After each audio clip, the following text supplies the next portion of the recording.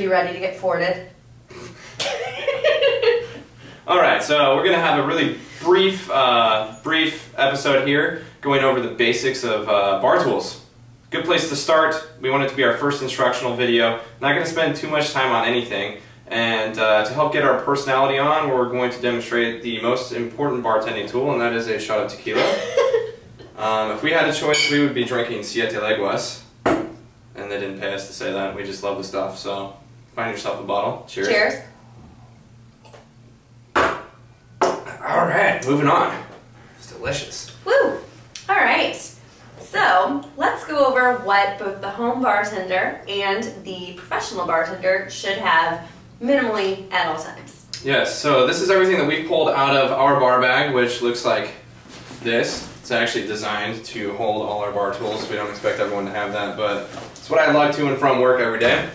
I think we need to start at the basics, which is measuring devices. I think the best drinks are perfectly measured, so everything is consistent and in proportion, and to ensure that, you use a device called the jigger. Jigger what? Jigger who? Alright, so jiggers are these devices right here. I think the best are made from metal. You'll see some plastic things nowadays that look a lot like this. Hold on one second. I'll talk about jiggers while he's gone.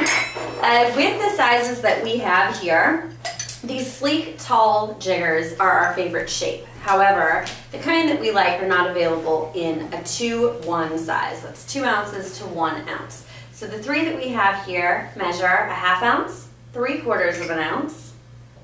Then we have 1 ounce, 1.5 ounces, and then we have 2 ounces and 1 ounce. You do not need 3 jiggers. This is ridiculous. I would recommend 2. So whether you want to go with this small guy and either the 1, 1.5 or the 2, 1, you'll be able to make all of the measurements that you need with just 2 of these 3 jiggers.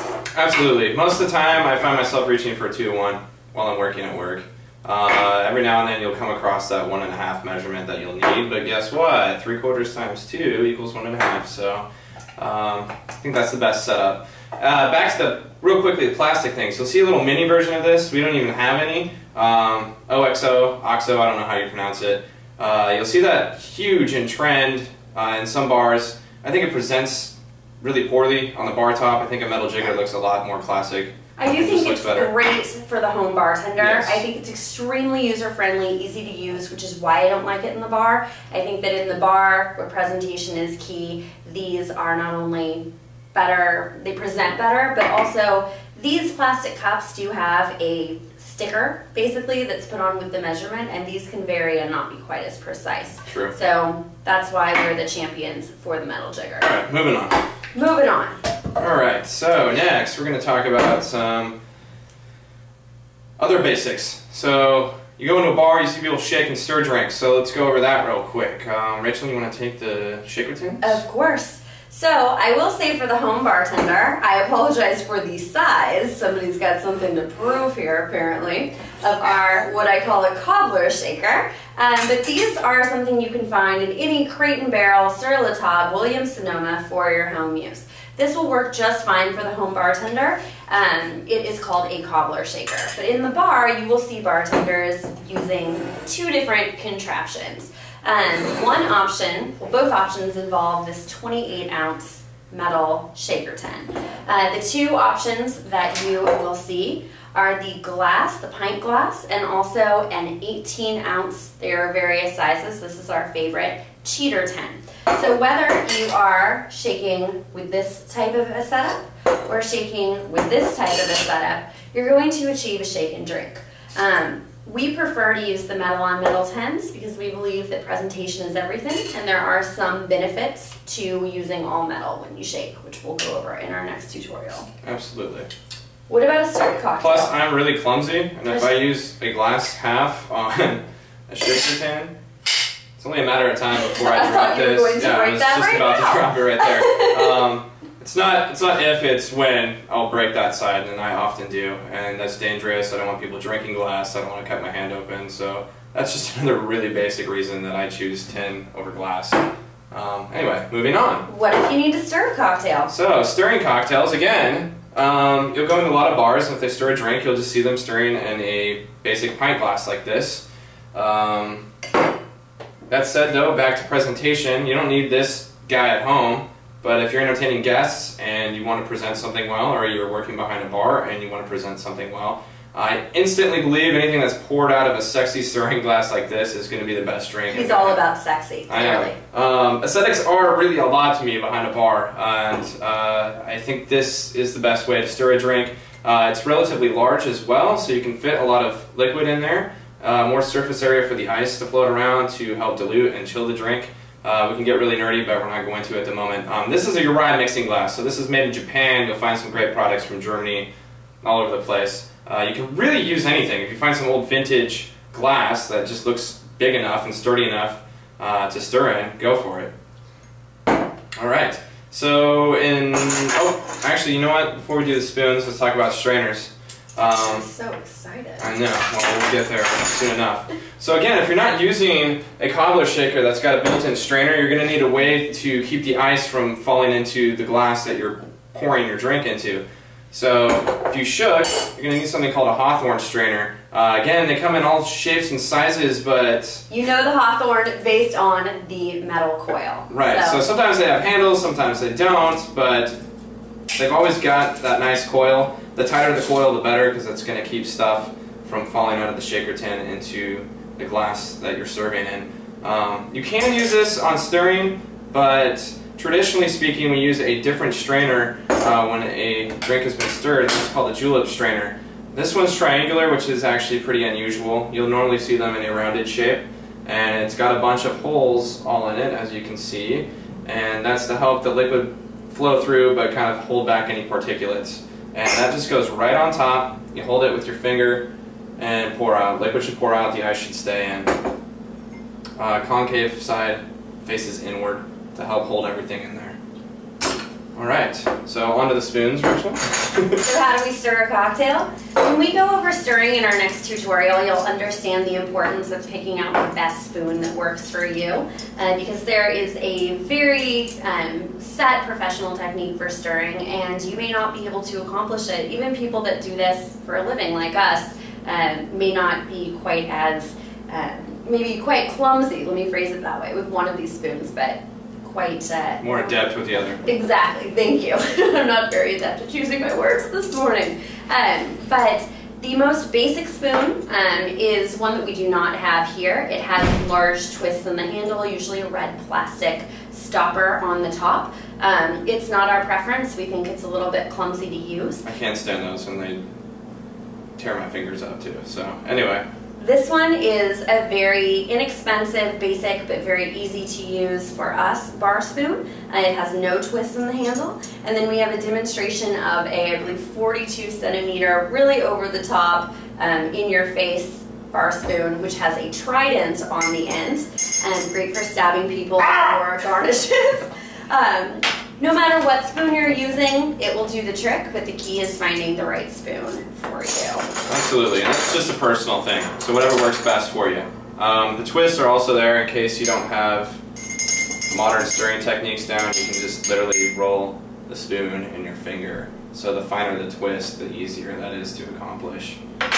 Alright, muddlers. So you'll find some drinks where you need to crush some sugar or mint or whatever. Or even ice. Ice, yes. Yes, this works for that because it's basically like a little baseball bat. Not all muddlers look like this. You'll see some that have some spikes on the end that are metal, they're not wood. I would find yourself a nice wooden muddler. It's a great tool to have. Easy to keep clean. Gets this kind of cool look after it's worn in a little bit. It will require a little care, which I'm actually really neglectful of mine.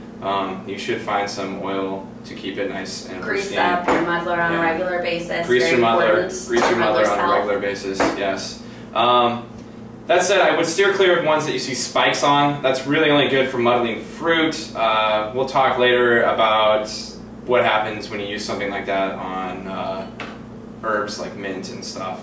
But something that's just nice, broad, flat surface to break something down in your glass. The next very important tool that everyone should have is a hand juicer.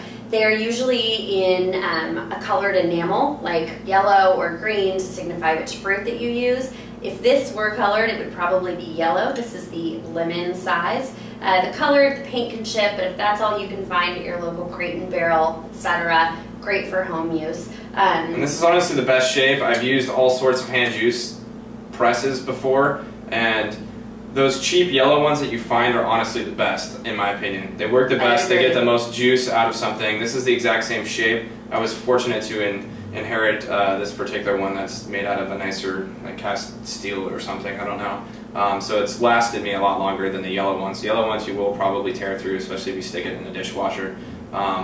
But you don't fool around with little green ones that are meant for limes or the huge ones that are meant for oranges unless you're juicing oranges regularly. For the most part, you can fit most citrus in here. And we believe at Ford Mixology Lab there is absolutely no reason to not use fresh juice. It'll make your cocktail taste infinitely better. You won't even believe the difference. Try the taste test at home between a quick squeeze of a couple of limes and maybe the little green plastic limes that you might have in your fridge.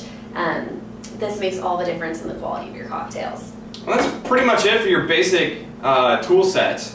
Other than that, we'll show you really briefly just some other things. We won't talk too much about them that you can use. For cutting twists, there's really two different ways to do that. Something that's a Y peeler, potato peeler, you'll see. It's called a Y peeler because it makes a Y shape with the blade. So you can just run that along citrus and cut a nice thick twist. I think it's also called Y peeler for why was I not paying more attention when I used this extremely dangerous object and cut my finger open. Both Fords have had tragic incidents with the Y peeler, so definitely be careful with those. And this is called a channel knife for cutting those smaller, a little bit thicker ribbon-like twists. Again, it just runs the peel of citrus through a little channel, so it's called a channel knife. Other really important tools to have: a tea strainer or fine strainer for double straining drinks, getting your particulates out. Some kind of tweezer to pick up garnishes, most important in the bar environment so you're not using your hands. It's more hygienic that way. Nice sharp little paring knife to cut fruit and garnishes. And if you're feeling really fancy and making some tropical drinks with crushed ice. This back scratcher. That's a swizzle stick, and that's a real swizzle stick. That's a fun tool. Jam it into the bottom of a drink and just swizzle away. Great for mojitos, crushed ice drinks. Where can you purchase these tools? Our favorite professional bar tool option is a website called Cocktail Kingdom. That's cocktailkingdom.com. That's where we have purchased the more fancy tools that you see here. I think the amount of attention and care and money that the bartender has put into selecting their tools shows the seriousness that they have for the craft. For the home bartender, the cheapest, best option, although it's not quite as user-friendly of a website, is barproducts.com. Everything's super cheap, so keep that in mind. I mean, I use that to just buy my basic jiggers, not the nicer Japanese style, but basic jiggers there. But I recently just had one split in half, so I mean the welding's not as great, and it's not going to last as long, but this thing probably runs like $2 maybe at most. So it's pretty great place. The website's really frustrating to use. So Bar Products, if you're listening, please fix your website. Make it a little more user-friendly, but it's still easy enough to navigate and it's cheap to use, and they've got an amazing selection of tools there. You can find all sorts of ridiculous stuff. And lastly, Sur La Table, Williams, Sonoma, Crate and Barrel are all great resources for the home bartender for stocking your home bar. Maybe not quite as professional-friendly tools to use at all times, but a great way to find what you need to make yourself a great cocktail at home. Excellent. So that's it. If you have any questions, feel free to email us about any of this in particular. And in the meantime, cheers to you guys. Have some more tequila. Cheers.